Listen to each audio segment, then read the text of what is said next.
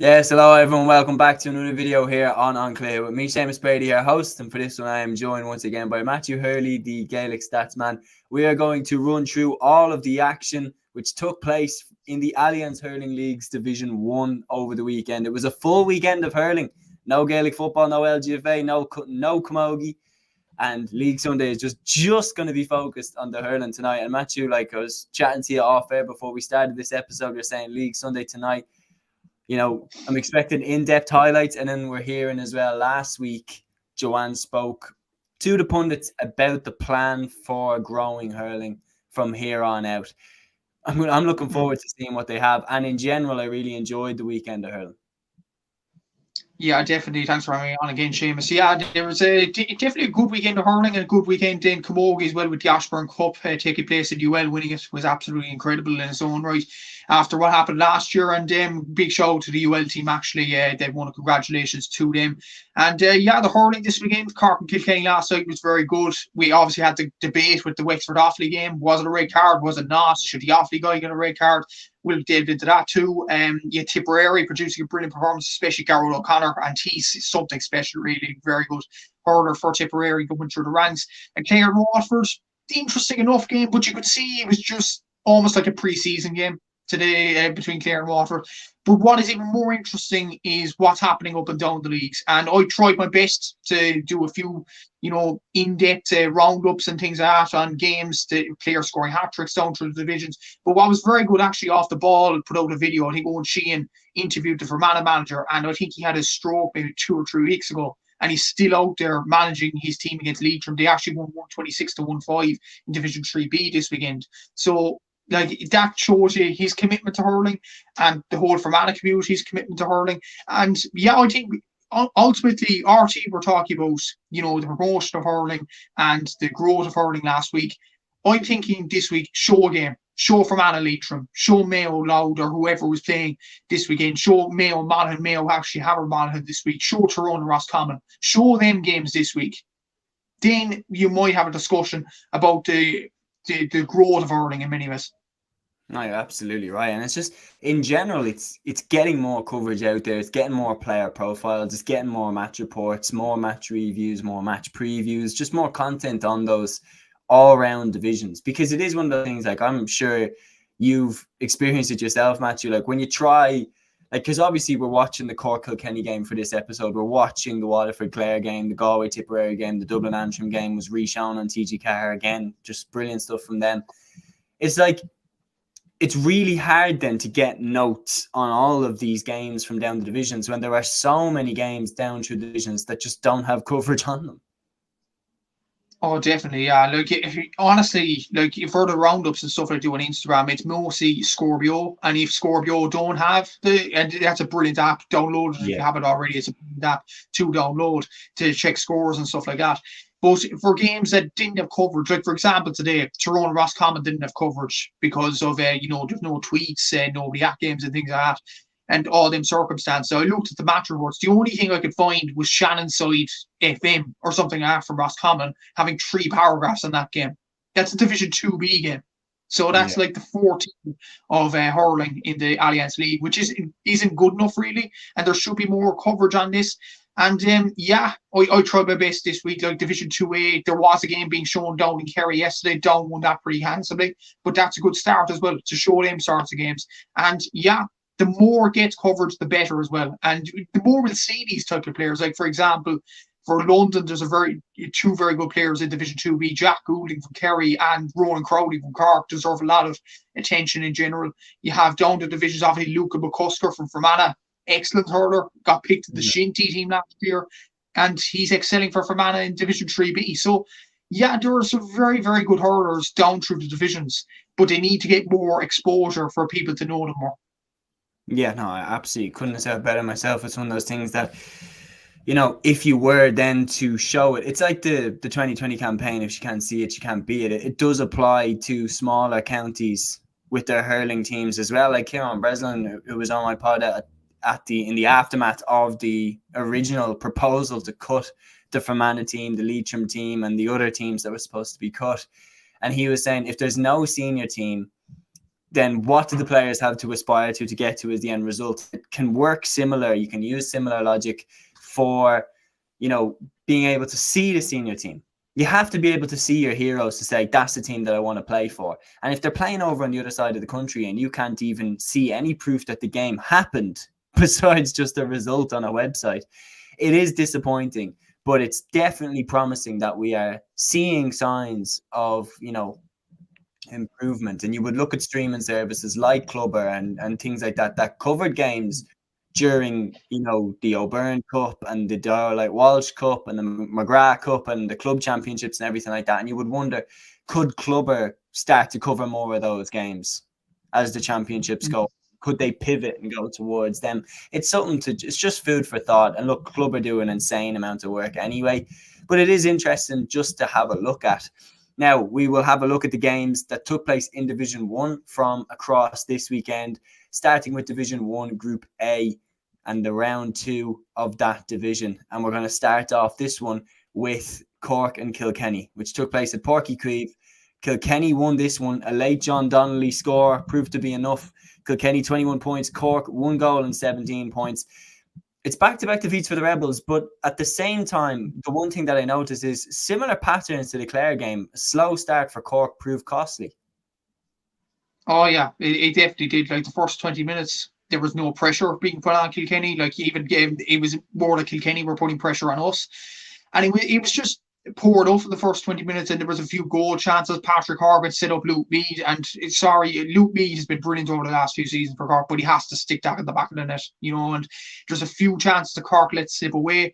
6 points down, go up to half time. Conor O'Callaghan scores that goal, and you're thinking, okay, this is going to rouse up the fans here. And you have Shane Barr performing well in the second half, Conor Lehan, but ultimately it was just too late. And Kilkenny, they made mistakes in the second half, but they dealt with them. That was the difference. And John Donnelly obviously getting that late score, Adrian Mullen as well. And even in the shooting stakes out of the whole game, Cork only converted 43% of their shots, which we talk about the Limerick game last year in the Munster Championship. And I know it's summer hurling and things. There are differences to Allianz League and the Championship. But against Limerick, it was 77%. It went out to 43 against Kilkenny. It's a slight worry for Cork. I will say that needs to be fixed up towards the championship, because we need the figures that we got against Limerick to compete, not the figures we got last night. And that was the main thing with that. And would I be worried about the hurlers as I am with the footballers last week? I probably wouldn't, because when you look at the team, we're without Darragh Fitzgibbon, we're without Kieran Joyce. There's a few other players. Alan Connolly's another big example who I forgot last night, who is a goal getter. And I think once he gets back into the team, that's going to be massive. Patrick Horgan, look, I think he's probably the best man to go into the full forward line. You look at Ben Cunningham, wasn't even there last night. He didn't play for UCC, and Fitzgibbon obviously last week either. So I don't know, is there an injury there? Eaton Toomey came on late at midfield. I think Pat Ryan is still trying to find his starting 15 there. And I still think there was good performances like Patrick Collins in goal. We talked about Brian Saunderson maybe coming in. Patrick Collins produced a brilliant save for Walter Walsh last night. So, there's positives there. 2 defeats is not ideal, but when you look at the next 3 games for Cork, Wexford in no particular order, Wexford, Offaly and Waterford, that should be maybe 5 points out of 6 minimum out of them 3 games. So I think there's still reason to be optimistic from a Cork fan. From a Kilkenny point of view, yeah, good performance in the first half. Adrian Mullen in particular was outstanding in this game. Owen Cody was very, very good. And Kilkenny seemed to be motored well, and I think Derek Ling would have been absolutely delighted with the results, and the fact they've got 3 points over the possible 4, it's a good start for them. Yeah, no question about it. And look, players like Mikey Carey coming back into the team, great to see him back. Shane Murphy in the halfback line, very, very impressed with him. It was a good day out for them. And the one thing as well, when you're referencing about the footballers and the hurlers, is with the hurlers, they've lost to Clare and Kilkenny, 2 teams that you could argue are as close a contender to Limerick that there is in the country. They are actually the last 2 teams to beat Limerick in championship hurling. So it's not the worst to lose to those. Whereas Cork in the football side, Donegal, they got annihilated and then lost to Louth. So it is a lot more worrying, those results, than these ones. They are still dining at the top table in the hurling. And as you said, they still have some top class players to come back in there And I'd be interested to see how, you know, players like Ben Cunningham and everything like that do fit into the team as the year goes on. Look, in this game as well, Cork did fight back. The goal from Conor O'Callaghan, Conor Lehan levelled it up. And like, it is one of those things that, look, Pat Ryan, there's positives there to take from it. How do you think his mindset will be going into that game? Because now that Waterford have lost to Clare, there's a lot on that game now.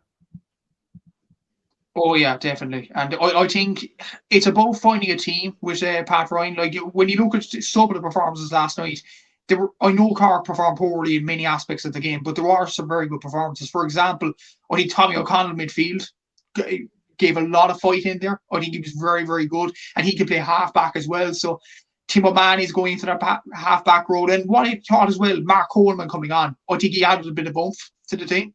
And I think he'd be suited to that number 7 role. Obviously, Kieran Joyce is the obvious candidate for number 6. Noel O'Leary's a good player, but I think he needs to move back to cornerback. I think that's his ideal position.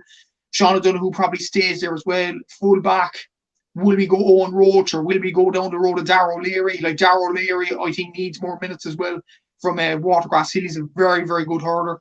I thought at the start of the season, Brian Saunderson goal would have been the obvious choice, but Patrick Collins, I know puckouts need a bit of work, and that's obviously the thing with trying to challenge the likes of Limericks and the Clares of this world. But shot stopping ability last night, Patrick Collins was very, very good. Darragh Fitzgibbon obviously fits into midfield. Conor Lehan, there's a bit of flack about him over the last few seasons, but he scored 4 points from play last night. He was very, very good, very lively. Conor O'Callaghan, who usually plays as a defender, to get up and score that goal, showed a bit of class from him. You still have Alan Connolly to come back. Jack O'Connor didn't even come off the bench last night. Patrick Horgan's obviously there. What would worry me though is a player that I've been banging on about for Cork to maybe think about as being the main player, and he didn't state that claim last night, Shane Kingston. He scored nothing last night, and I think he's in a bit of a rut at the moment. And even there was a goal chance in the second half where Shane Kingston, maybe 1-2 years ago, would have stuck away past Owen Murphy. But last night, it was very, very poor. And I think maybe he needs a time out of the team to recuperate, maybe to get a bit of form going. Shane Barrett actually added a lot when he came on. Brian Hayes, I don't know what's the problem with him. Will he come back into the team as well?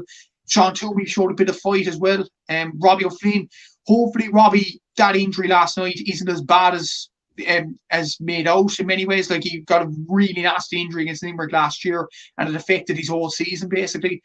Like, we know Robbie has potential, but he needs to stay fit for Cork to go to the next level as well. I think there are positives, but in the league, the way the league is going with Division 1A, Division 1B, it's well documented for the last 2 weeks. I think Cork need to pick up a win in the next game against Waterford, and then against Wexford, then against Offaly. It's going to be absolutely vital that Cork get some points in the next few weeks.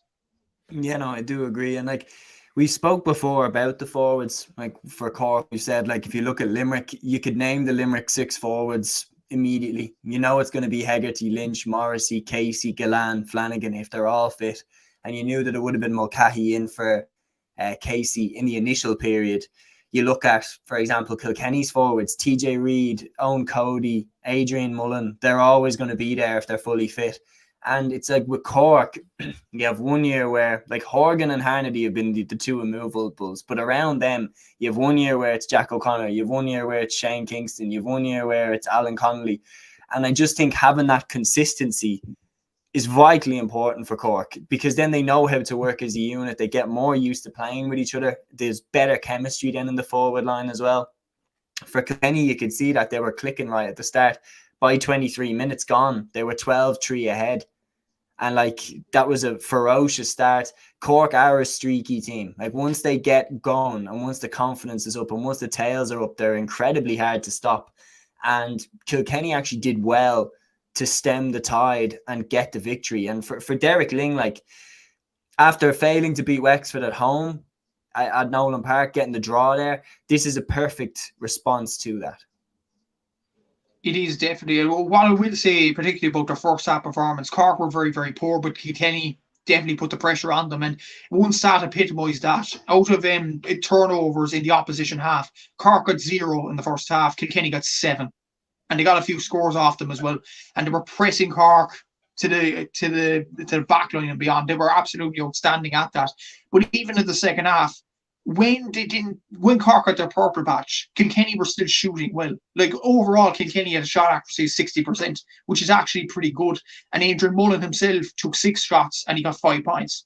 And he produced a brilliant performance. And I was banged on about this for year in, year out. Adrian Mullen is probably one of the most underrated players in the country. In terms of his influence on the Kilkenny team, in terms of his shooting, in terms of his scoring, he's just an incredible hurler. Owen Cody there as well. TJ Reid, will he come in more into the team as the years go on? Or the weeks go on? John Donnelly, very good performance from him as well. Owen Murphy, very good at his distribution. You have Billy Drennan coming onto the pitch as well. And he didn't slow the Kilkenny team down. He actually added more to that attack as well. And he's another consistent performer. He got a bit of an injury last year, but once he gets the full fitness back, I think he'll be an excellent player this season, really will. Cian Kenny was very good at midfield, I thought, running the show in many ways. Shane Murphy, as you mentioned at the start of the chat here, outstanding at wing back. And I think that was his first appearance for Kilkenny, so very, very good performance from him. Mikey Casey obviously comes back into the team. So, yeah, there's a lot of positives about Kilkenny. And what I will say is, well, Hugh Lawler at full back. I know Hoggy scored 9 points around that for Cork, but Hugh Lawler was absolutely outstanding. Every ball nearly Hoggy got, Hugh Lawler was in front of him. And that epitomises one of the best full backs in the country. He's just brilliant at what he does, really. He's just an incredible hurler. And there's still some more to come back for Kilkenny. So, a lot of people are writing them off, saying that Clare will be the closest challenges to Limerick, possibly Cork, because of the youngsters that they have in the team, and the likes of Hoggy and Kingston and all them. I'd say don't write off Kilkenny just yet. There are some very good hurlers in the team. Derek Ling's a good coach. You still have excellent forwards like Billy Drennan, TJ Reid, Owen Cody, Adrian Mullen, and they are not going to go away. Yeah, no, they definitely won't. And like, look, there's an element of kind of poetry in the GA, whether you want to admit it or not, that always leads to certain teams getting the opportunity to stop teams from doing 5 in a row. Like Tipperary, who were the arch rivals of Kilkenny during their golden era, were the ones that, you know, met them in the final to try and stop them doing the 5 in a row. And they did. Of course, it was Kerry that had to play Dublin in the 2019 final to try and stop Dublin doing their 5 in a row. And I wouldn't be surprised at all if Kilkenny get an opportunity to try and stop Limerick from doing their 5 in a row in 2024. It would make poetic sense, in my opinion. So definitely don't write Kilkenny off. I absolutely agree with you about Hugh Lawler. In my opinion, he is the best fullback in the country. Like, I literally don't see anybody go on him who has a great day out. He seems like an awful person to be marked by, because he's big, he's strong, he's quick, he's tenacious, doesn't let you go. And he sticks to his job. He's a brilliant defender. And let's be honest as well, he doesn't let people get past him. This is another thing as well. He is good at the dark arts. If you get past him, he's not letting your hurl go, or he's not letting your jersey go. You are not getting through on that goal. He protects that square, and he is a brilliant, brilliant fullback. And I would have him in my team in a heartbeat. Now, we'll move on to the next game here. Waterford slipped to their first defeat of the league campaign. Clare made it back-to-back wins. Waterford won 16, Clare 20 points from Walsh Park. Bit of a feisty affair, especially on the stroke of half-time. It seemed like it was a bit of a powder keg there, but the referee wisely blew the game up. Waterford losing this one. Davy Fitz losing to Brian Lohan. He won't like that one. It was the 6 point on the burst that Clare went on either side of half-time that definitely swung up for them. Waterford didn't score in the first 10 minutes of the second half. For Clare, Sean Rinn, extremely impressive. Cian Galvin, very good as well. David McInerney and John Conlon in the half-back line were awesome. A good day out for Clare and a good win. Yeah, really good day out for Clare. Like, even without Tony Kelly and without their main player Shane O'Donnell, they still get the job done, and it's a brilliant result for Clare. 2 wins out of 2 now. And I did say at the start of the season, Clare are sort of a team that will take the league seriously, because what Clare need is a national trophy on the board. They need a trophy on the board to, you know, signal that they are there, they are challenging Limerick, and we've got a trophy here. So I think Clare will definitely take the league seriously as the weeks go on. I think Ian McCarthy was very good today.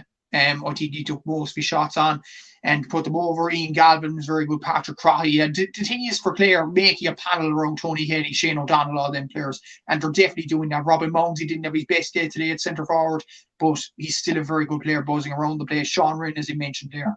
brilliant performance. David Fitzgerald at wing forward, he doesn't usually play there. He plays in midfield, but he was very good as well today. Shane Meehan even coming on and getting a score. But one thing I will say about Waterford, look, it was a good performance from them, and they definitely produced some good stuff in the first half.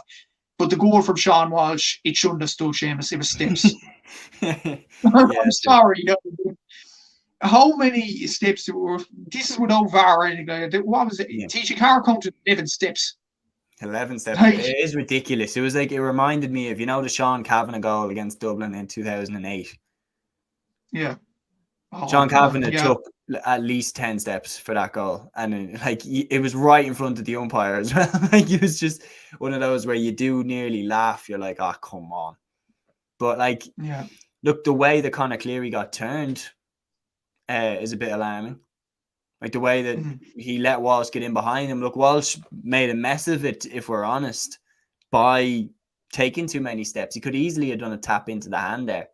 Just a little tap off the hurl and bought himself another 4 steps, but he didn't. And it should have been a free out, but you can't ignore the fact that Cleary, the ball just went in over the top of him.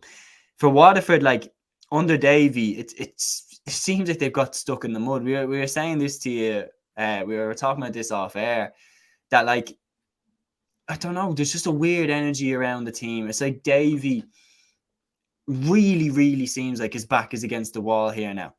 Because if it implodes at Waterford, I don't really know where he goes from this point on. As in, I think if it goes wrong for him with Waterford, I actually don't know if I'd be confident to say that he'll get another Liam McCarthy job in the next 5 years. Maybe a Dublin or something like that, but I wouldn't be 100% confident to say that. So it feels like his back is really against the wall at Waterford, and that comes across in how fired up his players were.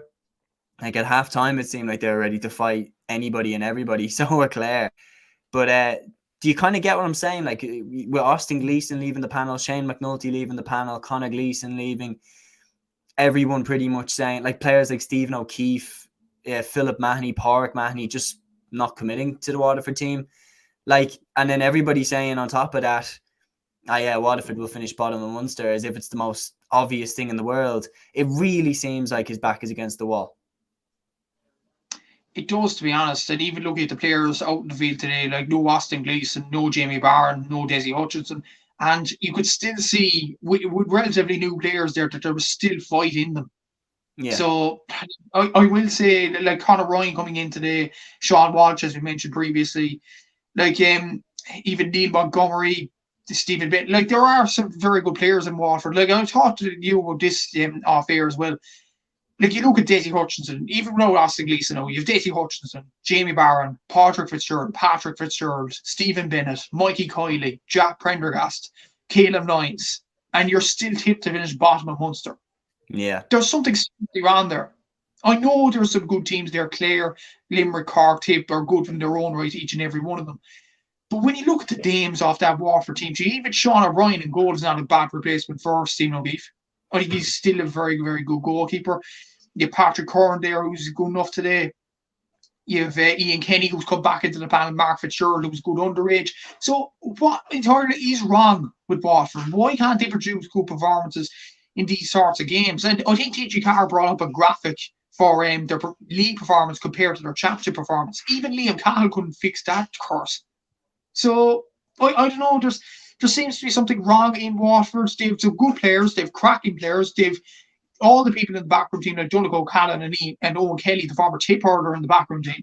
So the men are there to influence them, and the players are there to produce quality. What is it? Is it just a mentality thing with them? I'm actually it's hard to judge, really. And it's a hard. As I said, it is a hard one, and this was a big opportunity to beat a big gun like a Clare. And actually, what's interesting, Davy Fitz actually mentioned in the pre-match interview that people might have forgotten that Waterford didn't have any home games last year, and the fact they have home games this year might rouse them up a small bit. That talk has to be backed up against the championship. Yeah, no, absolutely spot on with that. Look, the one thing I'd just be disappointed about if I was a Waterford fan is that first half ended as feisty as you could get without an all-out brawl happening. Like, it seemed like everybody was shoving each other. You could see how much the game meant to both of those counties. The rivalry between Davy and Brian Lohan is very well documented. Both teams go down the tunnel. They come out for the second half, and Waterford just go 10 minutes without scoring. I mean, what more motivation do you need to come absolutely running out of that tunnel, ready to run through Clare? And yet you don't score for the first 10 minutes. And that was the period of the game that cost you. So, look, for Davy, he will need to pick up wins. I think the Cork game is a real tricky one because Cork are going to need that win.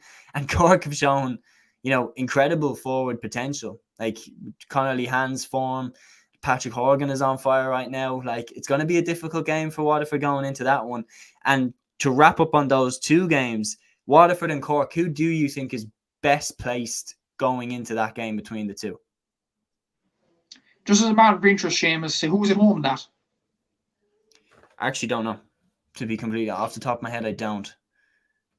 I think it largely depends on home advantage, really. I would say if it's in Walsh Park, Waterford have a serious chance of winning that game because the pitch is tight. They'll try and get in Cork's face like they tried to do today to Clare. And I do think though if Cork get Páirc Uí Chaoimh, okay, so you'd have to back Cork, wouldn't you, at home? Mm-hmm. You would. I'd back Cork to win that game, and especially if they get the likes of Fitzgibbon, Joyce, Connolly back at the team, I think Cork should win that game. And one thing as well, Seamus, just so you don't get into trouble, it's super value Páirc Uí Chaoimh now. Just in case anybody forgot. Yeah, and it was well documented with the rants on it last night and all that, and that's a whole other topic regarding the action on the field. This is off the field matters.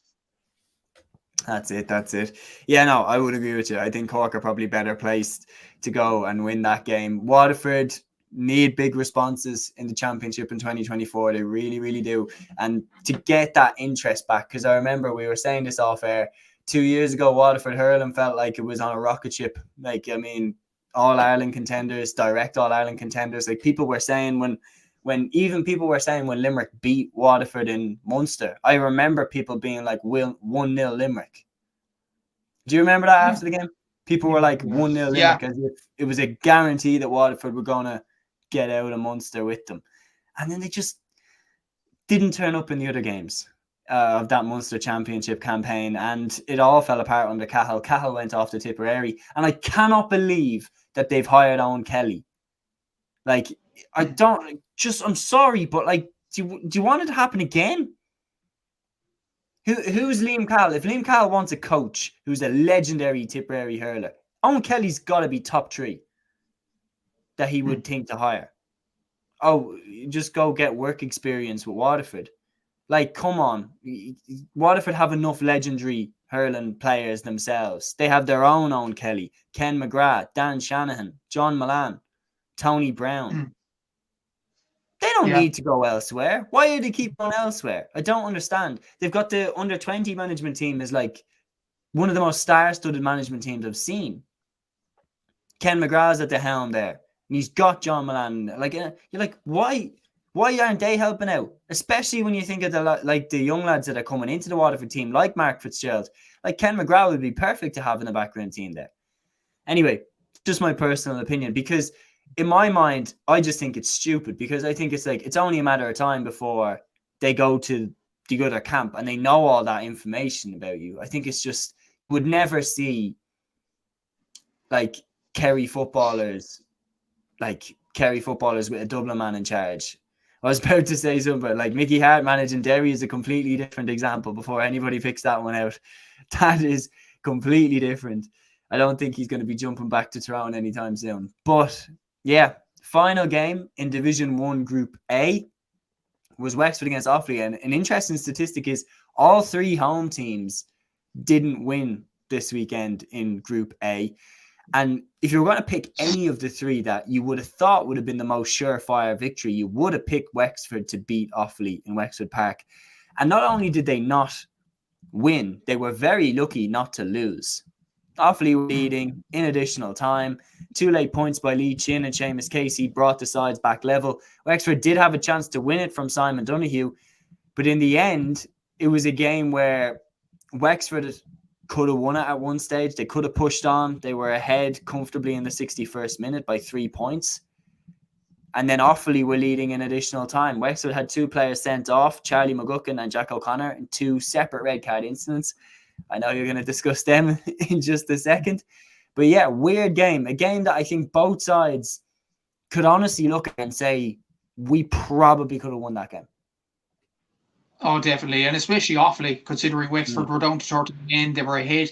Brian Doylan getting that goal, and you're thinking, Offaly could win this game, and they produced very good performances. And what I will say about Offaly, not regarding the game in particular, but Adam Screeney at corner forward, it's great to see him at senior level. I'm so excited to see him in the next few seasons because he's just an exceptional hurler. He came off, or I think he came off in the 52nd minute, but he scored a point. He looked at home like he's just a buzzing hurler. He's just an unreal hurler. I love watching him. In many ways, Charlie Mitchell as well. And Offaly have a very good young team. But the thing is for Offaly, get out of the Joe McDonough. Get to the Liam McCarthy, because that county and that group of players deserve Liam McCarthy hurling. There's no doubt about it. And I think everybody would love Offaly back up at the top table.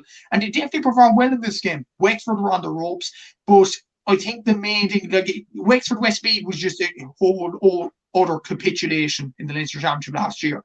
This game, you could feel sorry for Wexford in many ways because Jack O'Connor's red card. I'm going to say it, Seamus, it's not a red card. And I've looked at it. I've looked at the tapes. It's more like the Offaly player was pulling the guard more than Jack O'Connor was. So if you're going to do it, if you're going to send off Jack O'Connor, send off the Offaly player as well. Like it's Keith Rossiter said that. Keith Rossiter said both of them should have walked. Yeah.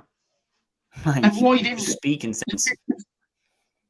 Oh, it's ridiculous. Again, it brings up the conversation about VAR. But again, it could, if VAR was there, it would have disallowed Sean Walsh's goal against Clare. So, like, it's a difficult and there were chants in the situation. Premier League, actually. I don't know if you heard that over the weekend. There were chants in the Premier League while a VAR decision was being made. This was at Wolves Stadium at Molineux. Craig Dawson got that goal, and while the VAR check was being done, there was chants in the crowd of like boring, because like it takes ages. The game's completely disturbed. No one really knows what's going on. They're not shown on the screen, so they don't understand what's going on. They don't know what the referee is seeing when they're in the stadium. But yeah, I completely get it. For incidents like that, like one thing I was thinking of as a potential solution is that you only get to go to VAR 3 times in a game or something. You only get 3 incidents, or you only get 2 incidents where you can go to the TMO to be like, okay, we want to check that to see if there's any fouls or anything like that. But then again, it opens up the question about steps and about everything like that. That if there's a hand on the back, even if it wasn't a push, it's entering grey territory. But for something like that, that wasn't a red card. No, it wasn't. It clearly wasn't. But I'd ask fans that don't want VAR and things like that and complain about referees' decisions, and they do the same thing simultaneously. What I will say, what game would you want in the GA? Would you want a game with VAR or without VAR where you criticise the referees nearly every week? Yeah. That's a genuine question, because there's a lot of people complaining about referees saying the start referee should referee a game again. But then when the VAR conversation crops up, they say, oh no, this will be a boring game. Everything will be stopped. And yeah, that's the thing. But what I will say, GA could do it less like soccer and more like rugby. I know this weekend, this is a rugby incident now, but Scotland's try caused a lot of controversy online. Should have probably been a try. But the TMO disallowed it, and they said it wasn't a try because it was inconclusive evidence. But largely, more than often, the rugby TMO gets it right, because people could see it in the stadium. They could see if that's a goal or that's a point or whatever in the GA circles. So why can't the GA do it like rugby? So that's maybe a way to go around things. But as I said about Offaly, I think the fact that Wexford were down to 13 men, I think they'll be kicking themselves more that they didn't win this game. And the fact that Wexford, they drew against Kilkenny, they drew against Offaly while being down to 13 men. Look, it is a disaster for Keith Rossiter. It was just a bad game, really, to go down to 13 men in this game. And then against Kilkenny, they produced a good performance. But Wexford need to be very more consistent in many ways, because they're almost like the hurling version of Kildare and Cork footballers. Because they raised their game for Kerry and with Cork and Kildare, they raised their game for Dublin, Kerry, whoever. With Wexford, they raised their game for Kilkenny, Galway, Tipperary, Limerick, or whoever. But then against sides like Westmeath, Offaly, Laois, they capitulate. And that has to stop from a Wexford point of view. But look, I'll give them a bit of slack considering they were down to 13 men in this game, and especially in the last few minutes while they were down to 13 men, to grab it back through Lee Shin and Seamus Casey. That's commendable, in fairness. You know, it is. And look, it was one of those games where it felt like for a while for Wexford, like whatever could have gone wrong was going wrong for them. Like the 2 red cards early on, one of them extremely harsh. Like it was that feeling of a bit of a pandemonium. And then for Offaly to push 117 to 18 ahead going into injury time, like they would have felt like they should have won that game. And I don't know if they'll get a better chance, to be honest. But I do think, remarkably, Wexford need to have a little bit more of the ingredient just of like consistency, just be that good. Because you're right that the last few years now, they've lost to Dublin, but then beaten Kilkenny, and Dublin go and get whipped by Kilkenny, and you're wondering, like, how on earth did Dublin beat them? But Kilkenny can't beat them. Like, things like that, where Wexford's ceiling, I think, is a lot higher than we've seen. It is the 2019 year where they won Leinster and got to All-Ireland semi-final. That's the ceiling of that team, and I think they could even get to an All-Ireland final. I don't think they could beat Limerick in an All-Ireland semi-final or an All-Ireland final as of right now. There's some cracking players coming through, the likes of Keane Byrne, Corey Dunbar. Like, there's some cracking players there for Wexford coming through. But yeah, I'm very interested. And Keith Rossiter is a good coach. I like how he's going about this, with the Wexford team, winning the Walsh Cup, good performance away against Kilkenny. This is a bit of a blip, but I'm expecting a better performance from them next week. Anyway, now, moving on then to Division 1B and round 2 in this one, starting off with the game that was live today on TG Car. Tipperary beating Galway by 126 to 24 points. And what's remarkable about this game is I think both of these sides had periods where their managers are going to be absolutely livid with them. Galway let Tipperary build up a huge lead on them. Like, Tipperary were 21-13 ahead in the 42nd minute. 8 points clear after Mark Keogh quickly fired 3 points on the resumption of the second half. And Gerard O'Connor got a brace that pushed them 21-13 ahead by the 42nd minute. Then they went 17 minutes without scoring. And Galway pulled it back to 21-20 by the 59th minute. Like, and you just know Liam Cahill and Henry Shefflin, even though Tipperary pushed on, Seamus Kennedy scored, Gerard O'Connor pushed them 26-23 ahead, and then got the penalty to finish it off. Both coaches will be quite furious with certain phases of that game. Oh, definitely so. And that's what probably separates these sorts of sides from Limerick. Because Limerick, they stay up at a level and they're not going to be stopped. But Tipperary and Galway, like Tipperary, that was an opportunity to push on today. They didn't do so. Galway pulled it back.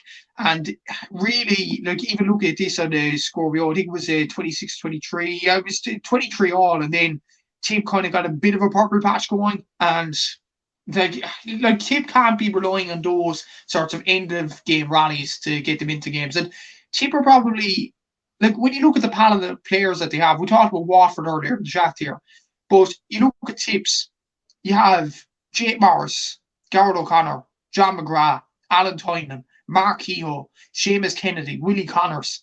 Like, these are quality hurlers. And they should be up with the likes of Limerick, the likes of Clare, the likes of Kilkenny.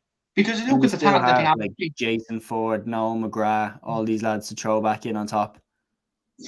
And they have a decent manager, Liam Cahill, as well. And what I'm seeing in the offseason, the Tip players were unhappy with Liam Cahill's methods. But even I looked at the team in the McGrath Cup and the league game against Dublin last week, and I was thinking, how how is there a negative vibe around Tipperary at the moment with the players that they have? Maybe that's the reason why, because of these sort of lulls in games that they keep having, and that's the main thing with Tip. But what I will say a large positive, Garrett O'Connor. Tip have been searching for a marquee forward since the likes of Seamus Camden, Owen Kelly passed by. Garrett O'Connor for UL and for Tipperary this season has been absolutely superb. I think he scored he's a 10. machine. Yeah. He's a machine. He scored 20.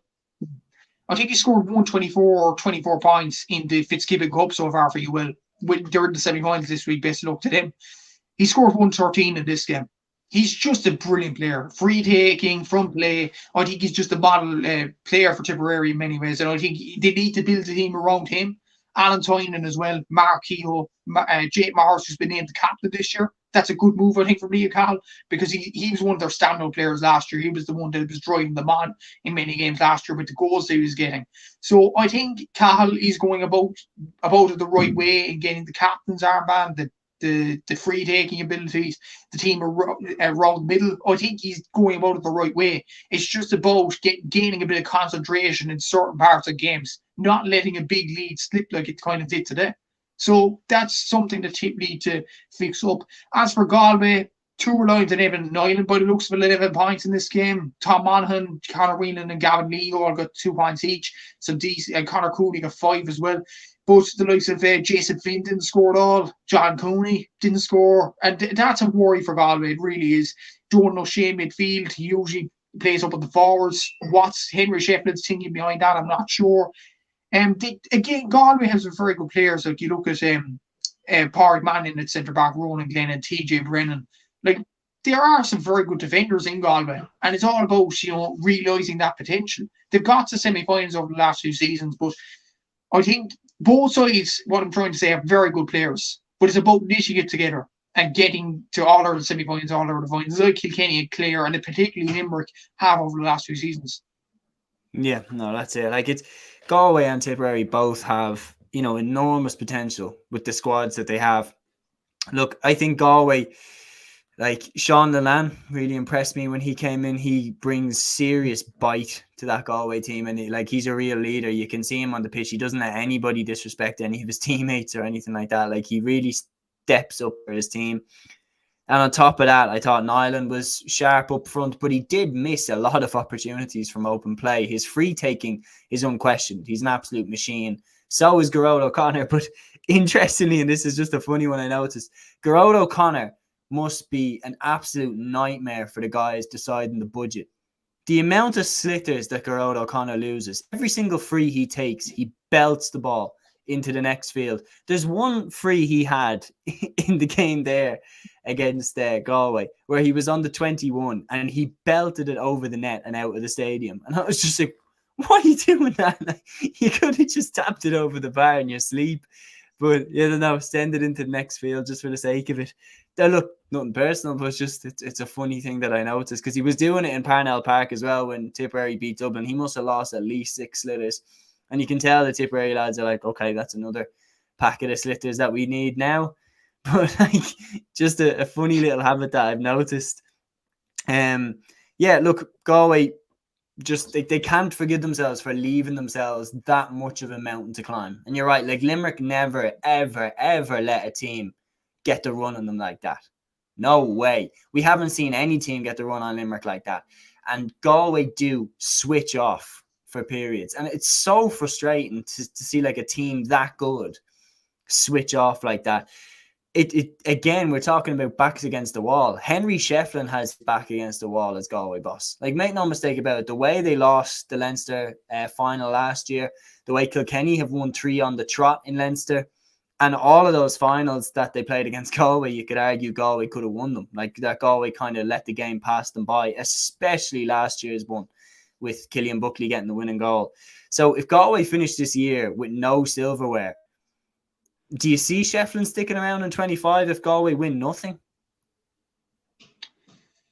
It's hard to picture Shefflin staying around if Galway don't win anything. Because actually, and this is a stat that will actually, the more you look at it, the more you think it's untrue. Galway haven't won a Leinster Championship since 2018. Yeah, that's mad. that's such a simple stat, but it's absolutely mad in its own right, because 2019 they went out of the group. 2020, 22, and 23 they lost the Leinster final. 21 they lost to Dublin when you said specifically a year ago, or I'd say, Joe Canning puts the ball down and he goes for a goal about 6 minutes in, as I if Galway remember were that. I were gonna remember that. pose. There was a serious issue with their mentality that day. I remember it was Shane O'Neill's Galway, wasn't it? Yeah.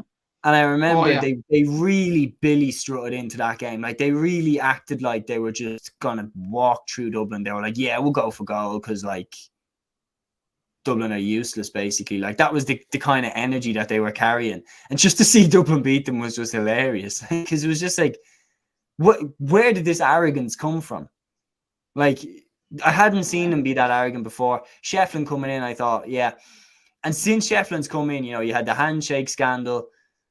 It felt like Cody got the last laugh there. Then Cody leaves and they lose the Leinster final in the most dramatic way possible, where they just couldn't close that game out.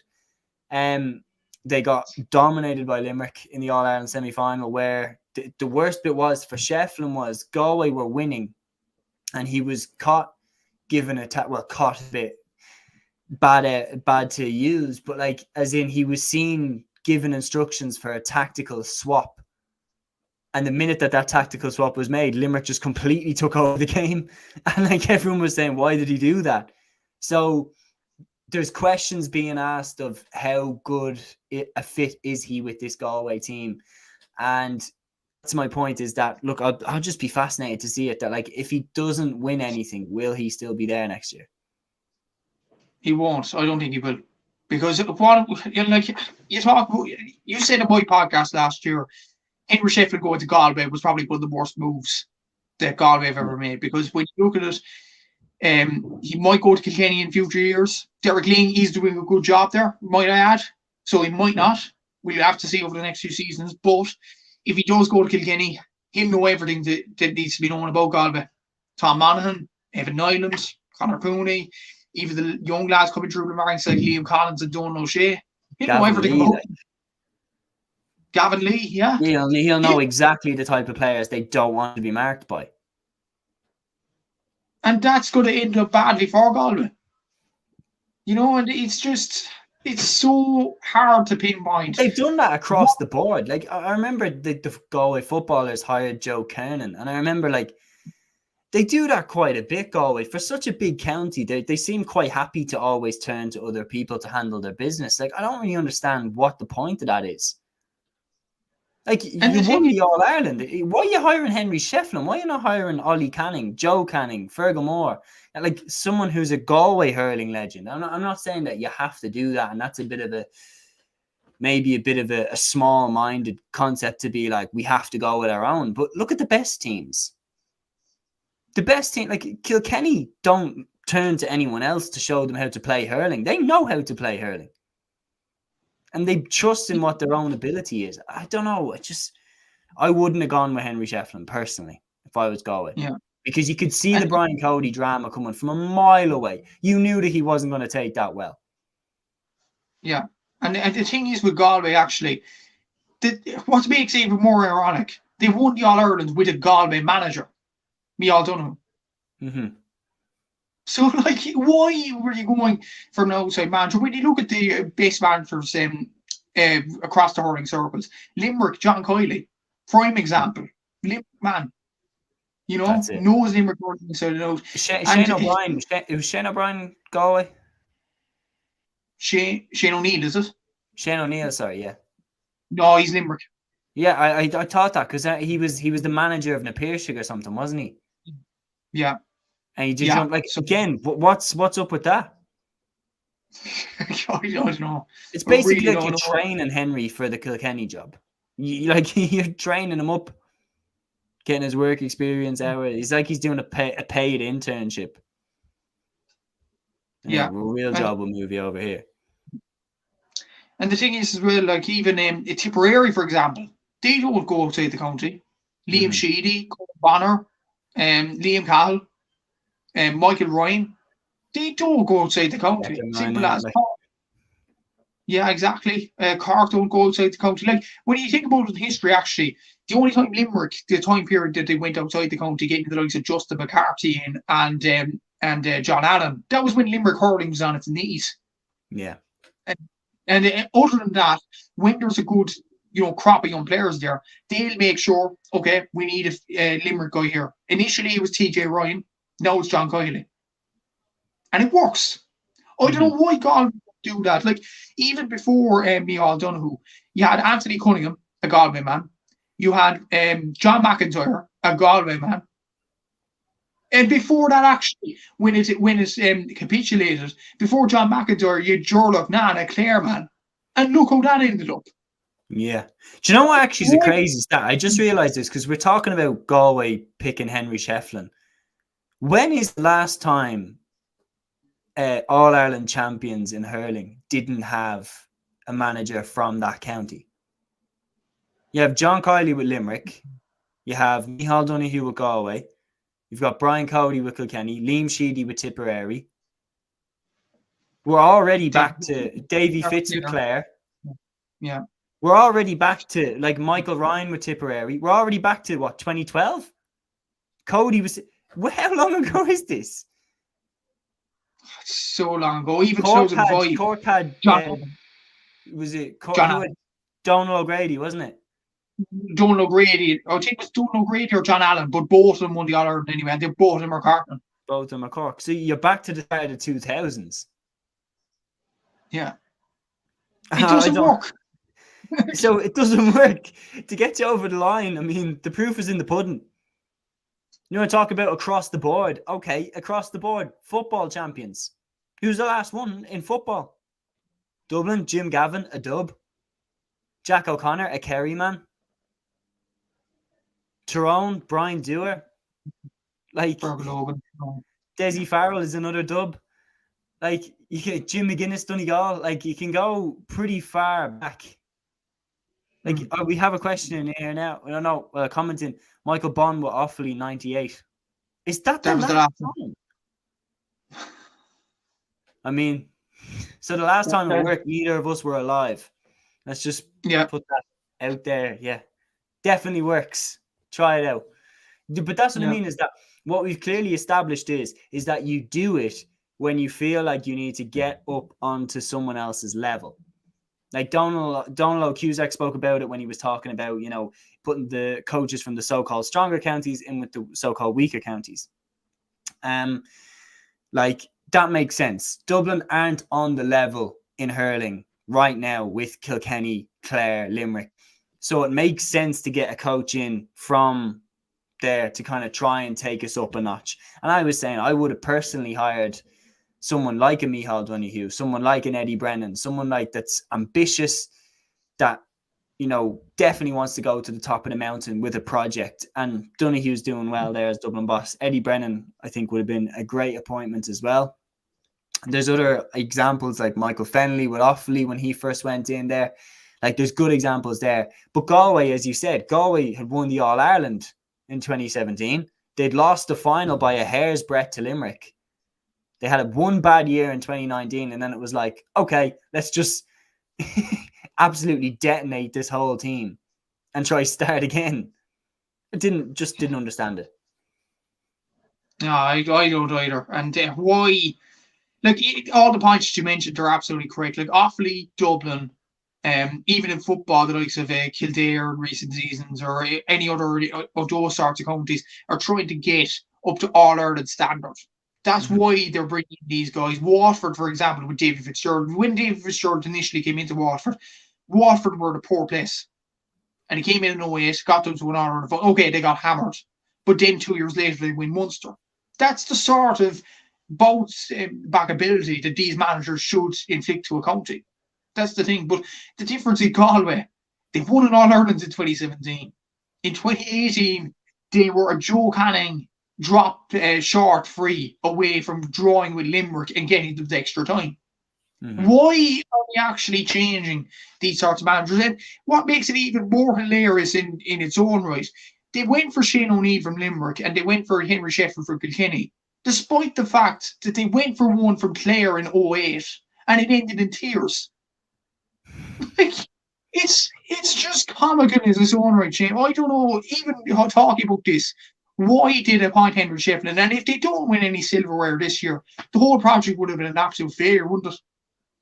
I mean, yeah, I personally agree. I don't think he'll be there in 2025 if they don't win something, and that does seem to be the sentiment around Galway hurling right now. So definitely the luxury time is up. It's time to deliver something. It's time to win something. It's time to win Leinster at least for the Galway hurling team.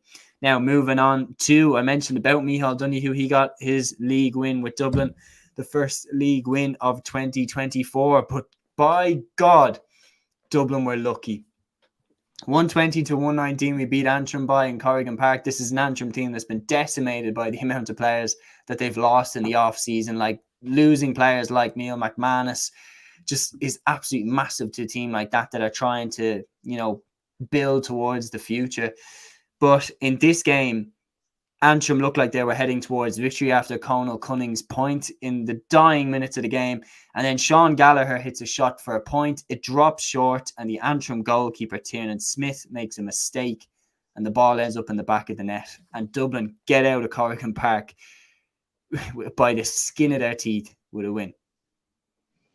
Yeah, look, the thing is just to get on the board for Dublin, to get that win on the board and go after Corrigan Park wasn't always going to be a walk in the park, really, because you know how tough Antrim are, despite the fact they've lost Neil McManus. Keelan Malloy, I know Neil McManus is Antrim hurling, Mr. Antrim hurling in many ways, but Keelan Malloy, I think, is an even bigger loss in midfield. He's the beating heart behind that team, and he's a huge loss. Joe McLaughlin's come in from Rory O'Cushendall this year. He only got 1 point today. But you have Colin Cunningham there. You still have some good players. Niall McKenna, who's on my podcast previously. You still have Owen Campbell there, Scott Walsh. So there's still some very good players in Antrim. So there was always going to be a tough test for Dublin. But I wanted to ask you this for a Dublin point of view, because a lot of League Sunday analysts are going on about Dublin. And I think Anthony Daly and I think it was Donald Cusack was on last week, correct me if I'm wrong.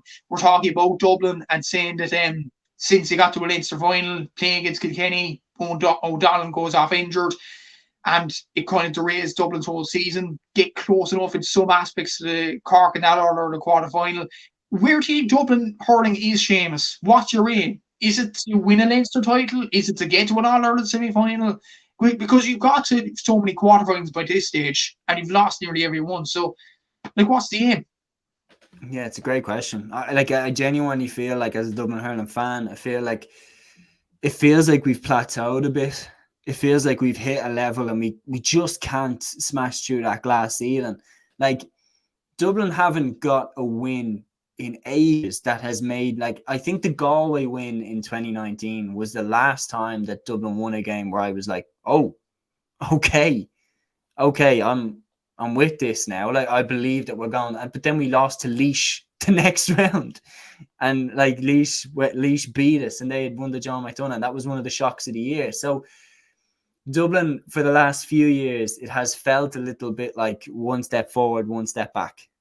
Every time we've played Kilkenny, we've just been beaten in every different way. We've lost to Kilkenny over the last 5 years in every way that you can lose a match. We've been annihilated. We've lost by a point. We've let them get a huge lead on us, and then we've pulled them back and fallen just short. Then we've had a huge lead on them in the year that we had Pat Gilroy and Anthony Cunningham in charge, and then we've blown the huge lead. I remember Liam Blanchfield getting that goal. Absolutely broke my heart. It's like Dublin right now, there is some good players coming through. There's some genuinely talented players like Diarmuid O'Dooling, like Sean Gallagher, that are coming through into the team. But Dublin's problem is that we can very, very rarely get our best 15 lads on the field at the same time. Like already this year, no Rian McBride, he's not going to be there this year. No AJ Murphy, no Kevin Burke, no Cian O'Callaghan. And it does dishearten you. Last year we had all those lads, but we didn't have Chris Crummey. And it's just, you do miss those lads. Well, and it would love to see a full strength Dublin hurling team. And look, would we win the Leinster Championship? Probably not. Kilkenny and Galway are just that little bit ahead of us right now. But we could build towards something. getting more minutes into the likes of Diarmuid O'Doolin, getting more minutes into the likes of AJ Murphy for me would have been crucial in this year, but AJ, of course, not part of the team. It's one of those things where Micheál Donoghue's come in. There's a good atmosphere around the Dublin team, like from working around Dublin, like from working around Parnell Park on the day of games. There is a good atmosphere around the camp. They put in some good performances in the Walsh Cup, beating Westmeath, beating Antrim. The Galway game was just a write-off. We just got hammered in that game. But yeah, like what would success be this year? For me, success this year would be if we got out of the Leinster Championship. For me, Dublin should aim to win Leinster. We should. It sounds stupid. It sounds like we haven't won Leinster now in over 10 years. But that should be our aim, right? Like, we don't want to just exist in the championship. We should try and win it. I think a victory against Kilkenny would be massive for the psychology of the lads to believe that they can beat Kilkenny. It would be massive for them to do that. Get to a Leinster final. That would be, for me, a massive step forward. Get to a Leinster final and just go hell for leather at it. Just go hell for leather and see if we can get the win in a Leinster final in a once-off game against Kilkenny or Galway or Wexford in Croke Park. That would be unbelievable success if we were to do that. If we get into the Final Four, that would be unbelievable as well. If we got into the Final Four by winning Leinster, that's an unbelievably successful year. Will we win the All-Ireland? No. Limerick are too strong. Clare are too strong. Clare annihilated us last year. We're not on their level, and I don't think we've closed that gap in a year. But yeah, like astronomically successful year, I think it would be if we were to win Leinster and get into the semi-finals and give a good account of ourselves against a Clare or a Limerick. What would G up Dublin in many ways, because I even go back to 2013 when they got to the semi-final, and if it wasn't for that lucky Patrick Horgan goal for Cork, Dublin could have been in the All-Ireland final that year. And even look at the Dublin team that year and the Dublin team that you described now, that Dublin team largely had their best 15 out in the field. The likes of David Trade there, the likes of Liam Rush, and all them players, and Anthony Daly to tie it all together as manager. You had Johnny Caffrey in midfield, I think was his name. Midfield, exceptional player. And like, that's the difficult thing with Dublin. Like, Liam Rush, I don't see his name on the sheet. He's not there apparently. No. I don't think Rushy's retired, but I don't know. I haven't heard anything that tells me that he's coming back in.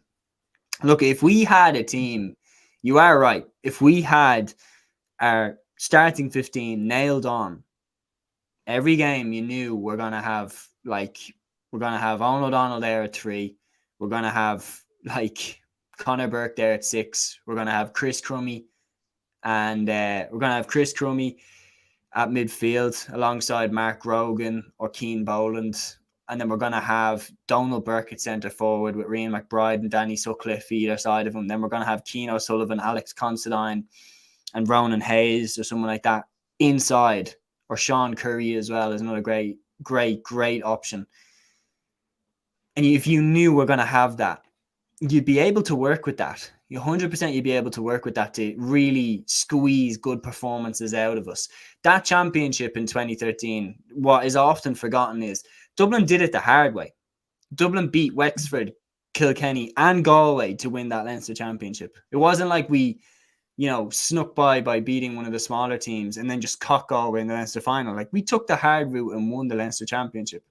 So, obviously since then, the Leinster championship has completely changed. We wouldn't just have to beat Kilkenny once. We probably have to beat them twice. Like that type of thing to win the Leinster championship.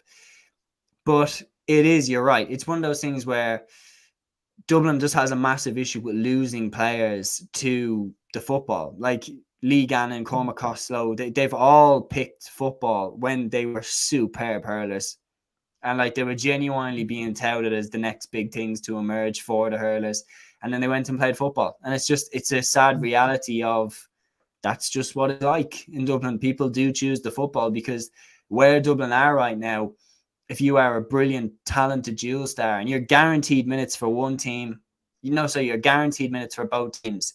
Dublin, you're guaranteed that the minute you go into that team, you have a pretty good chance of potentially winning an All-Ireland title.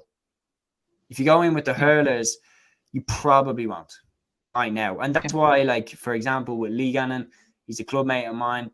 His decision was, do you go in with the hurlers and, you will be one of the main players, but Dublin probably won't, win the All-Ireland?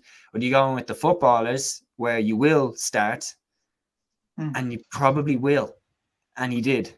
So I can't really blame him for making that decision, can I? And that right there is one of the main issues. And even look at, there's tons of examples of this, and you make a very good point there. Kieran Kilkenny is another one. Con O'Callaghan is another one. And another recent example, and he's on the bench for the footballers, Luke Swan. Yeah. Very good. Why? It's obvious. I don't know why I'm asking why. Because it is obvious why he's choosing football. Because he's going to get a Celtic cross there. He's not in Hurling. The closest Dublin got was that game in 2013 against Cork.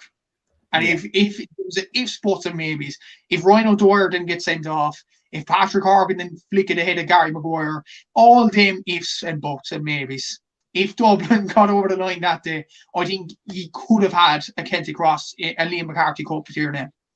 I genuinely think so.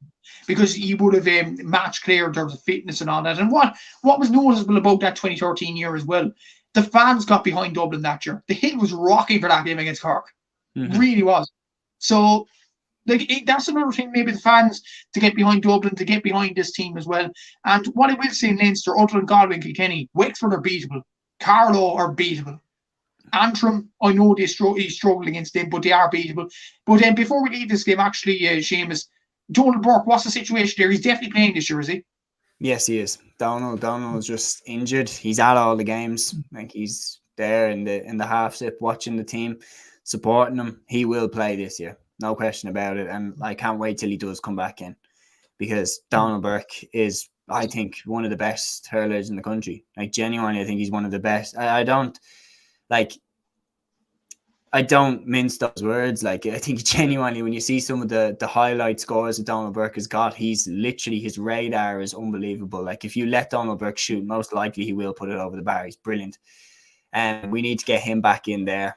Like, we haven't really seen him since his injury against Clare in last year's championship. We need to get him back, because he's an outstanding hurler, and we can build that team around him. You are right. The 2013 game sticks out because that year, like, the hill was packed, not just for the Cork game, but it was packed for the Leinster games against Galway, against Kilkenny, whereas, the last games that Dublin the hurlers played, what was it, 9,000 were at the Galway game. Like, it's not something that we've managed to quite capture and really, really make.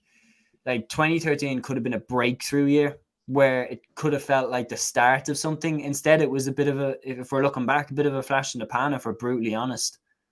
So it's like look back on as like, oh, remember Dublin were good for that year. When it should be, realistically, it should be, remember when Dublin exploded onto the scene and we haven't been able to get rid of them since. But instead, like, a lot of that potential was kind of lost. And look, Dalo had an amazing connection with the fans, and personally, like, I was heartbroken when Dalo left, because you could tell he really, really cared about that Dublin job. You could tell he really cared about the team and about the fans and that. And his charisma did draw people in, and everybody wanted to be part of it. And it was a pleasure to witness it, to be honest. And speaking to a few of the lads like Ryan O'Dwyer and Gary Maguire and everything that I've been privileged to meet, they were a really good group of lads, lovely, lovely blokes, and then leaders in that team. Like, Johnny McCaffrey was an absolute warrior.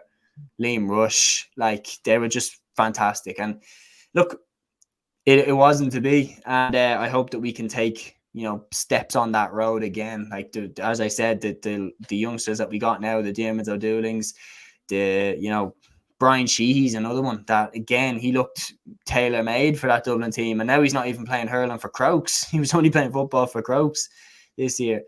It's one of those where, we do have some good players coming through. And I hope that Donoghue is the right man to mould us into a team that maybe if we can win Leinster this year, that will be a massive, massive step forward for Dublin hurling. No question about it. Now, one team that that is trying to take one giant step forward in 2024 into the history books is, of course, Limerick. It's back-to-back wins for them. They beat Westmeath, a plucky Westmeath, I might add. 120 to 17 points at Cusack Park in Mullingar. It was only when Donegal O'Donnell hit the back of the net in the 63rd minute that you really felt that Limerick had finally put Westmeath to bed. A good performance by Joe Fortune's men, but realistically, this was a game that they were never going to win. But they'd still be happy enough with the result. Well, genuinely think so, yeah. And the fact, I think they were a point to hit, or a point, it was a point either way at half time. And I think Westmeath were definitely in the game. And as you mentioned there, with Donegal O'Donnell getting the goal, he got 1-4 overall today. Very good performance. But Westmeath should be very proud of themselves, because, like, you look at the likes of the Carlos, the Offaly's, every time they come up against a Limerick, any other Munster team like a Clare, Cork, Tipperary, or Kilkenny, or Galway, they ultimately think defeat. But for Westmeath today, it was all about pride. They definitely showed it all today. They deserve something out of the game in many ways. And I know it's only a Limerick second team with the likes of Adam English there, Shane O'Brien, and Donegal O'Donnell. There are some very good players there, but obviously not the main players that we're accustomed to, the likes of Garrett Hager, the Aaron Galana, on them. But for Westmeath to put up a performance against the younger generation of this Limerick team, I think it's absolutely brilliant for them. And it will give them a lot of positivity going into the Joe McDonagh Cup. And what I will say about the Joe McDonagh Cup, we don't talk about it often on podcasts, but I think it's going to be very interesting this year. Laois have some good players back now. You have Westmeath there, who put up a good performance today. Offaly, who we mentioned previously in the chat. I think Joe McDonagh is going to be very, very interesting this year. And it's going to be, in many ways, a bear pit. No, 100% will be. And like, this is what we were talking about when we were talking about with the development of Hurling. Joe McDonagh is a fantastic example of how you can improve the standard of these teams, because the Joe McDonagh used to be like a yo-yo competition that you'd go down, you come straight back up the following year. Laois went down, they haven't come back up yet. Offaly went down, they haven't come back up yet. And like, it's one of those things where, you know, Westmeath went down. I don't know if they're going to come straight back up, because Offaly have, you know, taken giant step forward. And like, as we said, they showed serious promise against Wexford for what they're capable of this year. Like, that just is it. Maybe Wexford can't hack it against the Joe McDonagh teams. Imagine if Wexford were in the Joe McDonagh. Things like that. But yeah, no, like, it is one of those things where Westmeath will take great pride from that performance. They really, really went toe to toe with Limerick for long periods. And the one thing is that we were talking about is, as Limerick chase down history this year, the backup that they have is always crucial. Like last year, you know, the performances of Cathal O'Neill, of David Reedy, like performances like that have been massive in getting them over the line in one-off games. Like, for example, the Cork game, like Cathal O'Neill was fantastic in that game. This year, there is that feeling that, again, if they get an injury like a Gearóid Hegarty or a Diarmuid Burns, if one of them gets injured, they need their backup lads to be locked, loaded and ready to go. You've mentioned about their forwards, Donegal O'Donnell with 1-4 there in that game. Like Sean O'Brien and Adam English combined with O'Donnell in the game previous against Antrim, they hit 122 combined. And like, you've got Colin Coughlin there, who's been waiting for a shot now for a few years. All in all, Limerick's backup, if they're called upon, do you think they're ready? And the thing is, as well, there was news coming out recently that Tom Clancy said after the game, John Coyley actually told him this, Sean Finn's going to be back in the next few weeks. And the thing is, you wouldn't have noticed Sean Finn was gone in that order to win last year. So that epitomised talent in the Limerick panel there, and in midfield as well. Like Will O'Donoghue, Darragh O'Donovan, not there. Okay, someone else could drop back into midfield. Ciaran Lynch could go into midfield. Carl O'Neill could go centre forward. Like, there's a lot of things John Coyley could do with the team as well. And I think it's brilliant in many ways for them. Like, Adam English is performing absolutely brilliantly in the Fitzgibbon Cup. So is Shane O'Brien from Mary I. And Donegal O'Donnell, as you mentioned there, with 1-4. Like, there are some very good players. Seamus Flanagan's still to come back in. You have Aaron Gallan. You have Tom Morrissey. Like, David Reedy. Excellent performing coming off the bench as well. Like, the squad numbers out of this Limerick team is absolutely incredible in its own right. And even without the main men, they're still getting wins. I know it was only tied against Westmeath, but we have to give Westmeath a lot of credit today. That was an outstanding performance from them for their standards. But for Limerick, I think they're definitely on the road for 5 in a row with the players coming through as well. And as you mentioned there, Cathal O'Neill's performance against Cork was absolutely outstanding last year. And the fact that the likes of Gearóid Hegarty and Ciaran Lynch didn't have their best years last season, but still they got over the line in these games, shows the quality that they have in this Limerick team as well. And even in the full back line, like Dan Morrissey could go into full back, he can easily go number 7. Like you have Mike Casey there, who could easily go into full back. Like, there's a lot of manoeuvre around the Limerick team as well, and that's brilliant to see too. Yeah, no question about it. As I said, I personally think they're the greatest hurling team of all time. It's not recency bias. It's a lot harder to get out of that Munster Championship than it was to get out of the Leinster Championship that Kilkenny had in the late 2000s. You cannot change my mind on that. It's just a fact. But anyway, we have discussed all of the 6 games. League Sunday as well was on, so I've no doubt, Matthew, you'll watch that as well. I'm going to watch that as soon as we're done this pod here. But yeah, it's been an absolute pleasure again, Matthew. Thanks to anyone who tuned in to the episode. 1 hour and 15 minutes again in the books. Don't forget to watch Social Media Reacts tomorrow as well, where we look at all the content about the social media world of the GAA. And yeah, guys, until that next episode, take care.